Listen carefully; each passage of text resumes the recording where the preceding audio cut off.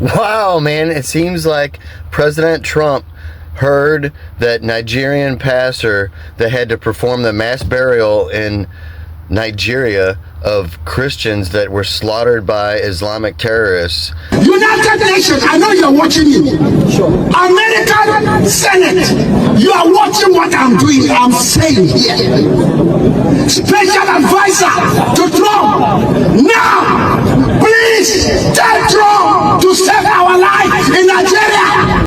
And he is actually promising to do something to help Christians in Nigeria. Check this out. 2 years ago, I was kidnapped by the dreaded Boko Haram along my way to the airport while I was traveling to Cameroon to meet some of my colleagues. And then I got kidnapped along the line, along the route.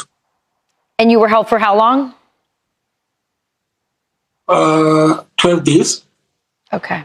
And there are many people, especially young girls, who have been kidnapped by Boko Haram, put into forced marriages, forced conversions. They're still in captivity. The situation there is quite dire. Nigeria's president has said in response, the characterization of Nigeria as religiously intolerant does not reflect our national reality, nor does it take into consideration the consistent and sincere efforts of the government to safeguard freedom of religion and beliefs for all Nigerians.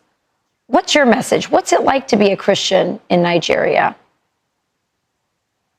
First, I want to thank and applaud the United States of American President Donald Trump for designating Nigeria as a CPC, because this is one of the things that we have always wanted.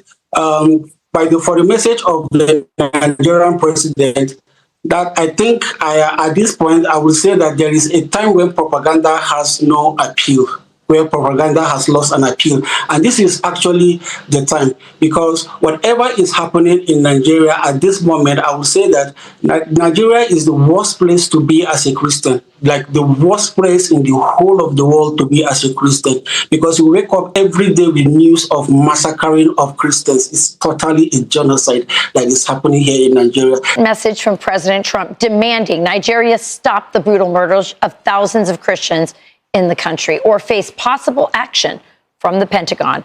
He posted in part, quote, the USA will immediately stop all aid and assistance to Nigeria and may very well go into that now disgraced country guns a-blazing to completely wipe out the Islamic terrorists who are committing these horrible atrocities.